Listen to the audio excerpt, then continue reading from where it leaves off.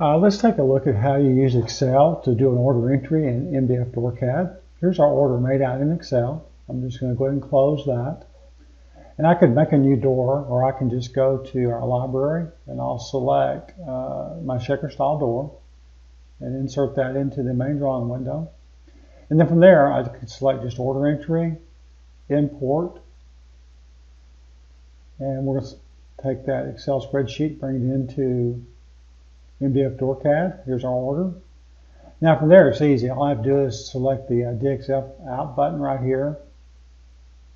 I'm going to click on that. It's going to ask me to save it someplace. So I'm going to just choose my today's work folder and give it a name. I'm going to call it Smith's Checker Doors. Select save. Then it'll automatically create the doors and open up Router Cam. And then in Router Cam, all I've got to do is just select Nest. It's going to nest the doors automatically for me. And on the last sheet, it's only using a partial sheet. It'll come in and square off that sheet for you.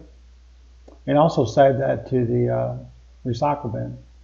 Now I'm going to go to Quick Code here.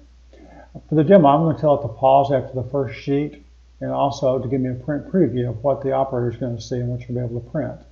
So it's going to come in and do all the checker style doors for you.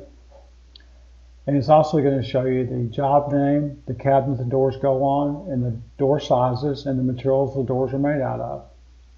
And at the top of the sheet, when you print this out, it'll tell the operator to put 3/4 inch MDF 49 by 97 sheet as the size material that it's nested on. On the left-hand side of the screen here, it's also telling you, on this it's a Boss machine, so it's telling you that to turn on the vacuum and put the pop-up pins down, and then it's creating the G code for you. Thank you for watching the video.